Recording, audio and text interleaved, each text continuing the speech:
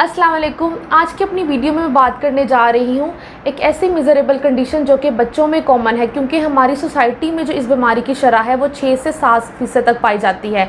और इस बीमारी में बहुत से लोगों को जो है वो इल्म नहीं होता, और वो क्या है, दैट इज़ थैलेसीमिया। थैलेसीमिया जो है एक जेनेटिक कंडीशन या एक जेनेटिक डिसऑर्डर है, क्योंकि ये जो है ये फैमिलीज़ में रन करती है। इसमें होता क्या है कि आपके जिस्म के अंदर जो है वो खून नहीं बन पाता। नॉर्मली ये डायग्नोज हो पाती है जब बच्चा जो है वो 6 माह की उम्र तक पहुंचता है, तो उसके अंदर जो है वो खून नहीं बन पाता। और इसमें जो अलामतें हैं वो क्या आती हैं कि बच्चा जो है बहुत ज़्यादा जो उसकी तबीयत में चिड़चिड़ापन महसूस होना शुरू कर देता है, वो थकावट रहना शुरू हो जाती है, सांस चढ़ना शुरू हो जाता है।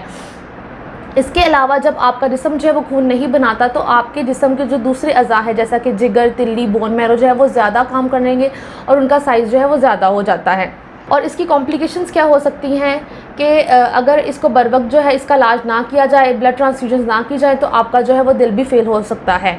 याद रखा जाए कि at the present time thalassaemia को जो है वो कोई क्योर नहीं है। हमें इसमें जो है सिर्फ जो है वो ब्लड ट्रांसफ्यूजन ही करते हैं, और इसमें जो है हमने ब्लड ट्रांसफ्यूजन जो है वो हर हफ्ते में तकरीबन जो है वो 2 दफ़ा करनी होती है। और लगातार ट्रांसफ्यूजन की वजह से जो है वो आपके जिस्म में जो है वो फौलाद का लेवल जो है वो बढ़ जाता है।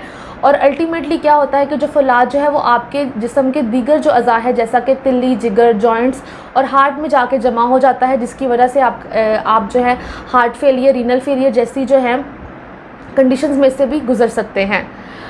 याद रखा जाए कि क्योंकि ये फैमिलीज़ में रन करती हैं, इसलिए बहुत ज़रूरी है कि अगर आपकी फ़ैमिली में कोई थैलेसीमिया माइनर का पेशेंट है, और अगर उसकी शादी जो है आप किसी थैलेसीमिया माइनर के पेशेंट के साथ करा देते हैं जिसके अंदर ऑल द अलामतें तो नहीं हैं, लेकिन उसमें याद रखा जाए कि अगर 2 थैलेसीमिया माइनर की आपस में शादी होती है, तो उसमें 25% तक चांस होता है कि आपके बच्चे के अंदर जो है वो थैलेसीमिया के अलामतें आएँ। इसके अलावा 50% चांस होता है कि आपके बच्चे नॉर्मल हों, या 25% चांस होता है कि वो कैरियर हो सकते हैं, क्योंकि वो ट्रांसमिट कर सकते हैं।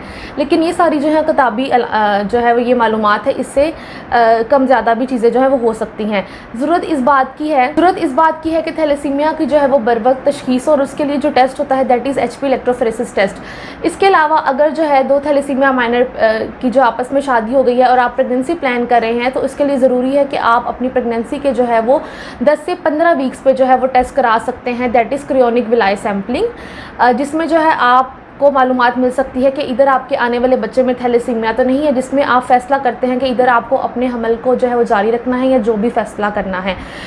This is all about thalassaemia. उम्मीद करती हूँ कि ये वीडियो आप सबको समझ आई होगी। Thank you so much.